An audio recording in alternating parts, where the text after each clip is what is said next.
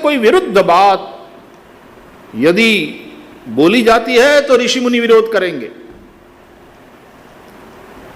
कि यह धर्म से विरुद्ध है। और महत्वपूर्ण बात यह है कि भगवान श्री कृष्ण की उपस्थिति में यह कही जा रही है बात। स्वयं भगवान जहां उपस्थित है उनकी उपस्थिति में, और फिर मरता आदमी झूठ नहीं बोलता। पितामह भीष्म की ये अंतिम स्थिति है जीवन की। इसलिए पितामह भीष्म ने जो कहा है, एक एक बात 100% सत्य है, क्योंकि धर्मज्ञ ऋषियों की उपस्थिति में कहा गया है। स्वयं धर्म के ज्ञाता वक्ता प्रवक्ता और धर्म के अभिरक्षिता भगवान द्वारकानाथ प्रभु की उपस्थिति में कही गई बात है। और तीसरी बात कि ऐसा अनुभवी व्यक्ति, ऐसा अनुभवी महापुरुष और फिर मरने वाला झूठ नहीं बोलता। अतः इसमें जो कहा गया है इसमें लेश मात्र शंका की कोई गुंजाइश ही नहीं है।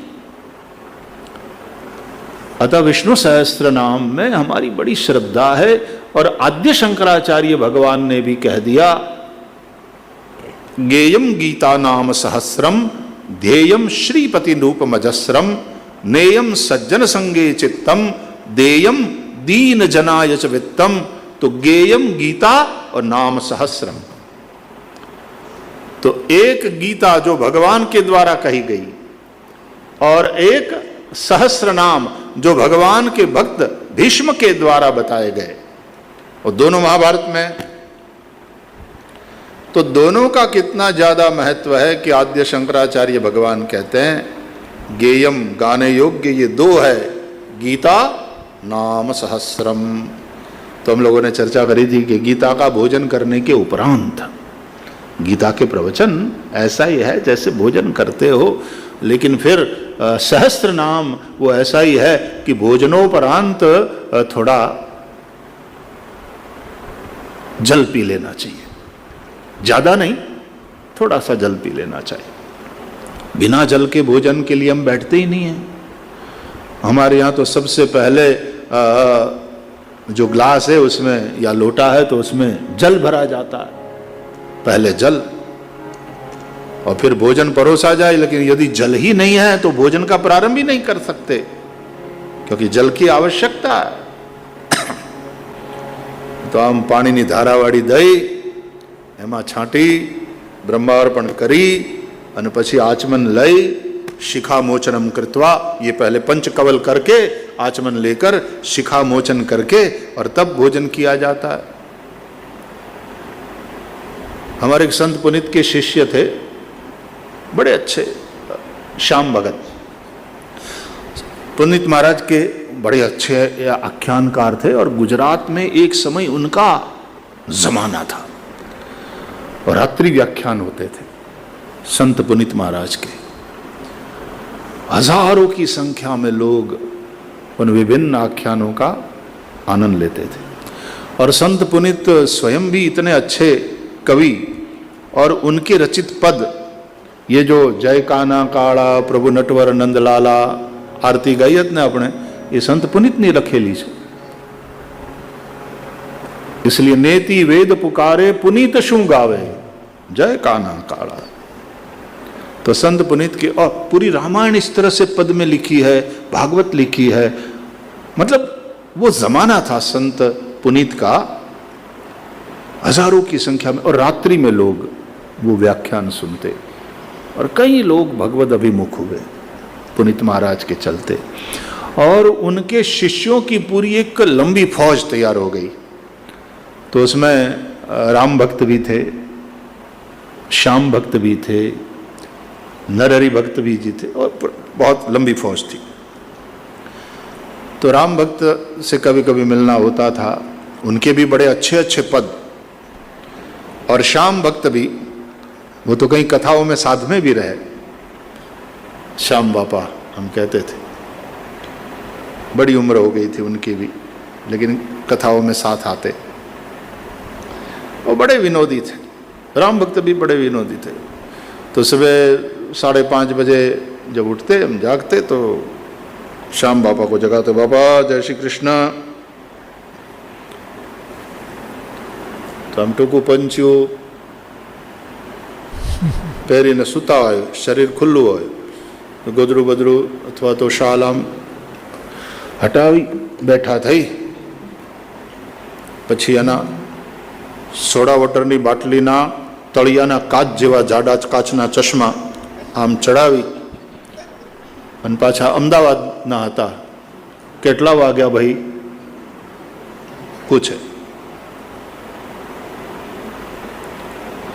એટલે એમ કહીએ ને કે બાપા 5:10 છે, કે સવારના પોરમાં ખોટું બોલવાથી શરૂઆત કરવાની ભાઈ. અલ્યા 5:10 હોય કે 10:05 હોય. तो एक शुरुआत ही हमारी भोर सुबह विनोद से होती थी. श्याम बाबा की 2 पत्नियां थी. घर पे भी गए तो सबका बोले आ जूनी नो, आ नवी नो. इस तरह से परिचय करा. बड़े, और ये जो हम लोग पहले, आप लोगों को पता है कि कथा के अंत में, खास करके गुजरात में कथाएं होती थी गुजराती में, तो अंत में आश्रय के पद के रूप में हम तो वो गाते, प्रभु तारा शरणों मां अमने तू ले जे, करी ने दया भक्ति तारी तू दे जे. ये श्याम बाबा का लिखा हुआ भजन.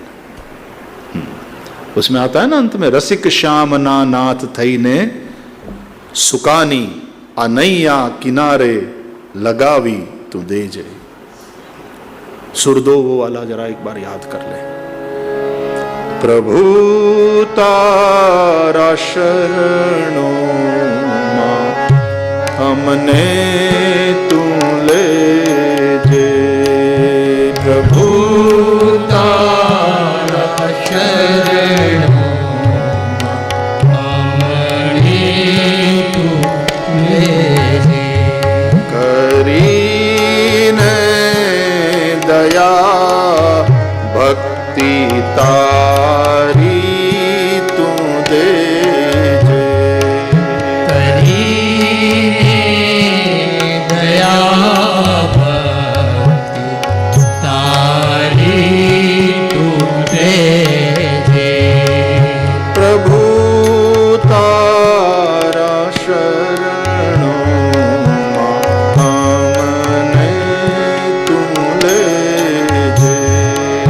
प्रभु तारा चरणों हमने तू ले जे. हमें तो सदाना छिए बाळ तारा. हमें तो सदाना छिए बाळ तारा. कदी नाथ अवगुण न जोशो हमारा. कदी नाथ अवगुण न जोशो हमारा. सदा मांगिए नाथ दे जो सुबुद्धि. मांगिए नाथ दे जो सुबुद्धि. विनंती અમારી છે ઉરમાં તું લેજે. આ વિનંતી અમારી છે ઉરમાં તું લેજે. પ્રભુ તારા શરણો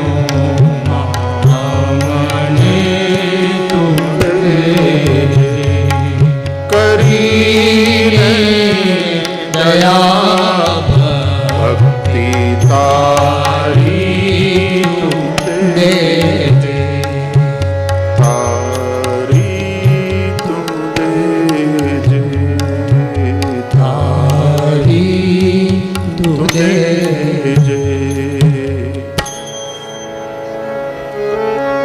बड़े सुंदर सरल भावपूर्ण पद ये हुआ करते थे। तो मैं क्या कह रहा था उसमें से पुनीत महाराज को हम लोगों ने याद किया।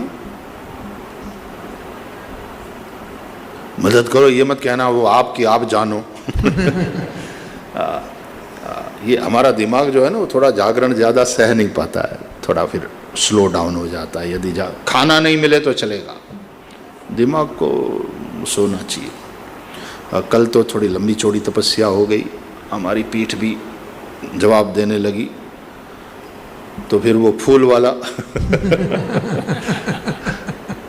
हमारे सब गुरुजी लोग भी बड़े आइडियाबाज है, कुछ न कुछ नहीं। तो भाई श्री बोले ये इससे आशीर्वाद दीजिए, ठीक रहेगा, आपको बहुत ज़्यादा झुकना नहीं पड़ेगा। और बच्चों को भी बड़ा अच्छा लगा वो।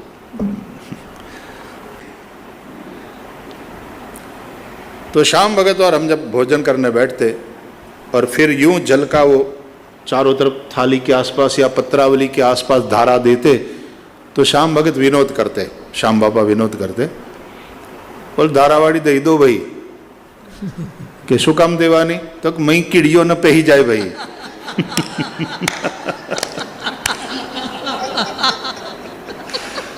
तो पहले एक सुरक्षा कवच बनाओ। तो हमारी बात क्या थी कि बिना जल के तो भोजन ही कैसे होएगा। न तो ठाकुर जी की आरती होती है बिना जल के भोजन भी नहीं है। तो भोजन के लिए जल तो चाहिए। तो यदि गीता का जो ज्ञान है, गीता का उपदेश है, वो वाला भोजन आप लोगों ने किया, तो फिर जलाचमन भी अंत में तो हस्त प्रक्षालनम समर्पयामि, मुख प्रक्षालनम समर्पयामि, मुखे आचमनीयम समर्पयामि, ये करना पड़ता है ना। तो जरा आचमन आपने नहीं किया तो फिर वो उच्छिष्ट है आपका मुंह। तो आजकल के ज़माने में जो आप बीच बाजार सड़कों पर खड़े होकर के खाते हो उसकी तो बात अलग है, लेकिन भोजन की सामान्य विधि ये है और उसकी मर्यादा ये है। तो ये समझ लो आप कि भगवत गीता वो भोजन है, तो उसके साथ साथ विष्णु सहस्त्र नाम वाला जल भी थोड़ा सा आचमन कर लो। तो गेयम गीता और नाम सहस्रम, और दोनों महाभारत से संबंधित है। अच्छा, एक बात और समझ लेना चाहिए, और इसको हम बार बार हर सत्र में रिपीट करते हैं कि भगवान के 1000 नामों पर हम चिंतन तो कर रहे हैं, लेकिन ये नहीं समझना चाहिए कि भगवान के 1000 ही नाम है, 1001वां कोई नहीं, ऐसा नहीं है। नमोस्त्वनंताय सहस्रमूर्तये सहस्र पाद अक्षि शिरो उरु बाहवे। तो उसमें कहा है सहस्र नाम ने पुरुषाय शाश्वते सहस्र कोटि युगधारिणे नमः। तो जिनके हजारों रूप है, हजारों नाम है, तो ये सहस्र का अर्थ वहां केवल 1000 ही नहीं करना है, हजारों। सहस्र नाम ने पुरुषाय शाश्वते, तो ये जो कुछ प्रगट अप्रगट है वो सब भगवान का ही रूप है। तो प्रगट में तो जितने भी रूप है सबके नाम है, कि भाई ये माइक है, तो ये कपड़ा है, कि भाई ये एक चौकी है, कि इसके ऊपर ये पोथी है, कि इसके ऊपर ये माला है, कि ये तुलसी है। जितना रूप है उनका उतना नाम है, और सभी रूप और सभी नाम देखा जाए तो परमात्मा के ही हैं। अतः हजारों ऐसा समझना है। तो उनमें से ये जो 1000 नाम विष्णु सहस्रनाम स्तोत्र के अंतर्गत है, यानि नामानि गौणानि विख्यातानि, तो गुण से युक्त, और प्रत्येक नाम के क्या अर्थ है वो समझेंगे। देखो, बिना अर्थ के हमारे यहाँ नाम नहीं होते। बिना अर्थ का नाम रखोगे तो जीवन में भी वो नाम निरर्थक हो जाएगा। आजकल जो नाम बच्चों के रख लिए जाते हैं, और फिर हम पूछते हैं बच्चों का नाम, और बच्चों की मम्मी बतलाती हो तो तुरंत हम पूछते हैं, अच्छा गूगल बुआ ने रखा है? क्योंकि आजकल गूगल बुआ नाम रखती है कि गूगल से पूछ लिया। और जो नाम कहते हैं अच्छा बेटा उसका अर्थ क्या है, तो वो जो अर्थ बतलाती है वो कहीं भी संस्कृत के अनुरूप होता ही नहीं है। तो खैर एक चलन चल पड़ा है बच्चों का नाम उस तरह से रखने का, लेकिन यानि नामानि गौणानि विख्यातानि महात्मनः, तो भगवान के एक एक नाम का तो अर्थ है, बिना अर्थ के कुछ नहीं है। तो हमने अब तक की यात्रा में आप बताओ तो लास्ट कौन सा नाम हुआ था?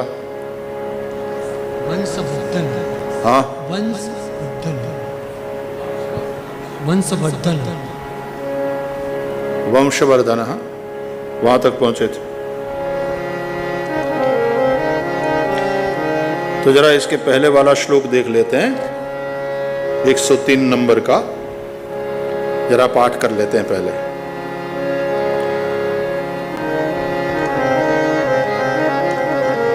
अणुर्बृहत् कृशः स्थूलो, अणुबृहत् कृशो, कहाँ गई तुम्हारी आवाज? अणुर्बृहत् कृशः स्थूलो, अणुबृहत् कृशः स्थूलो, गुणभृन्निर्गुणो महान्, गुणो महान्, अद्रुतः स्वद्रुतः स्वास्यः, अद्रुतः स्वद्रुतः स्वास्यः, प्राग्वंशो वंशवर्धनः, प्राग्वंशो वंशवर्धनः। तो वंशवर्धनः पर हमने चिंतन किया था। भगवान वंश को बढ़ाने वाले हैं, वंशवर्धनः। लेकिन उसके पहले वाला नाम है प्राग्वंशः। वंश को बढ़ाने वाले तो है भगवान, लेकिन ये वंश परंपरा शुरू हुई उसके पूर्व, या तो जिनसे ये वंश परंपरा शुरू हुई ये भी भगवान है। तो प्राग्वंशः, उन्हीं से ये वंश परंपरा शुरू हुई, इसलिए भगवान सबके बाप का बाप है, जगत पिता है, जगत कारण है। और उन्होंने ही जगत प्रपंच रूप इस वंश को बढ़ाया है, फैलाया है। ये जो जगत प्रपंच है, जगत प्रपंच का मतलब है जगत है। जगत प्रपंच शब्द शायद तुम्हारे लिए थोड़ा कठिन हो जाए, यानी ये जो भी है, ये पहाड़ है, ये नदियां है, तो ये जो पशु पंछी कीट जो भी है, जगत प्रपंच रूप ये जो वंश है उसको बढ़ाने वाले भगवान ही हैं। और जब ये वंश नहीं था तो तब से वो परमात्मा है, प्राग्वंशः और वंशवर्धनः। अच्छा,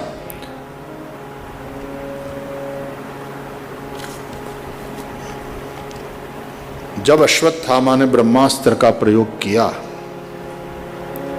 उत्तरा के गर्भ को मिटाने के लिए,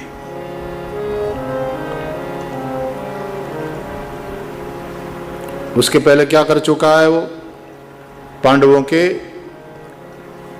द्रौपदी से हुए 5 पुत्रों का संहार कर चुका है। उससे पूर्व क्या हो चुका है? बोले अर्जुन जी का और सुभद्रा का वीर पुत्र अभिमन्यु, वो वीर गति को प्राप्त हो चुका है। तो एक होनहार अभिमन्यु वो वीर गति को प्राप्त हो चुका है। फिर द्रौपदी के 5 पुत्रों का संहार हुआ। अब बचे 5 पांडव, और पता चला अश्वत्थामा को कि पांडवों के वंश को आगे बढ़ाने वाला एक बालक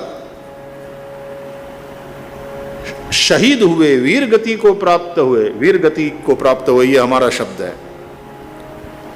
तो उस अभिमन्यु की विधवा पत्नी उत्तरा के उदर में एक बालक है, तो उससे वंश चलेगा पांडवों का। इसलिए फिर अश्वत्थामा ने 5 पांडवों को मारने के लिए 5 बाण और उत्तरा के उस गर्भस्थ शिशु का नाश करने के लिए ब्रह्मास्त्र का प्रयोग किया।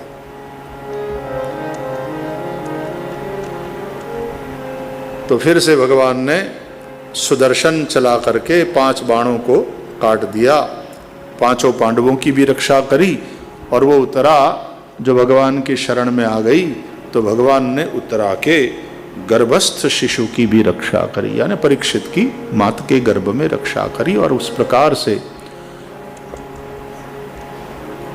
वंश की रक्षा हुई, उसका वर्धन हुआ। तो जो भक्तों के वंश का वर्धन करने वाले हैं, अब उससे उल्टा भी आप समझो, श्रीमद् भागवत के तृतीय स्कंद में कपिलोपाख्यान में, क्योंकि आप लोग लगातार भागवत कथा सुनते हैं, सो इससे संबंधित जहाँ जहाँ वो कनेक्शन बैठेगा भागवत के साथ भी, रामायण के साथ भी, हम वो भी देखते चले जा रहे हैं।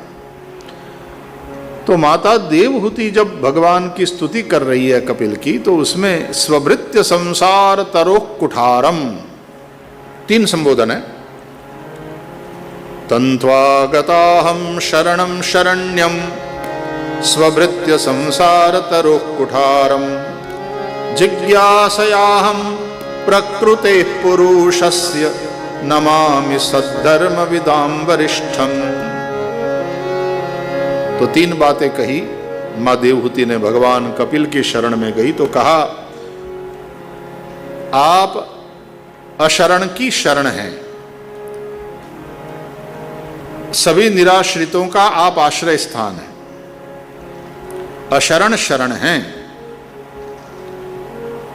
दूसरी बात कही, आप सद्धर्म को जानने वालों में सबसे श्रेष्ठ हैं, नमामि सद्धर्म विदाम वरिष्ठम। और तीसरी बात करी, स्वभृत्य संसार तरोः कुठारम, अपने सेवक अपने भक्तों के संसार रूपी वृक्ष को काटने के लिए कुल्हाड़ी के समान है। तो संसार वृक्ष का छेदन करते हैं।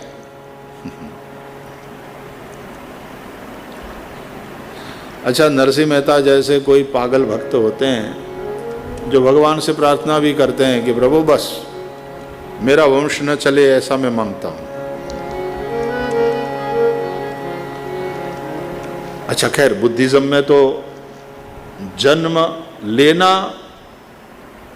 ये कहीं न कहीं किसी अपराध के कारण है, ये माना गया है। और किसी को जन्म देना ये भी गड़बड़ वाली बात है कि ये लोग, ये माँ बाप तुम्हें संसार में ले आए और तुम्हारा कोई अपराध था जिसके कारण इस दुख रूप संसार में तुमको आना पड़ा। तो इन सब मान्यताओं के चलते मुझे तो लगता है कि बुद्धिज्म में तो बर्थडे नहीं मनाते होंगे, लेकिन मैंने देखा कि मनाया भी जाता है। तो क्यों मनाया जाता है वो तो समझेंगे हम तो इस विषय में थोड़े अज्ञानी हैं।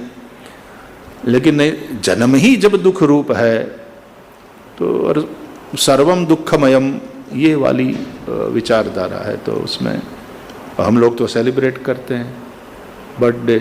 अच्छा, ना करो तो बच्चे भी थोड़े नाराज हो जाते हैं।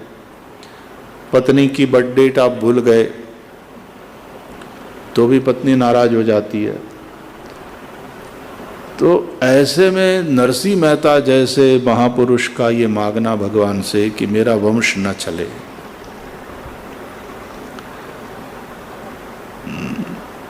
भगवान वंशवर्धन है।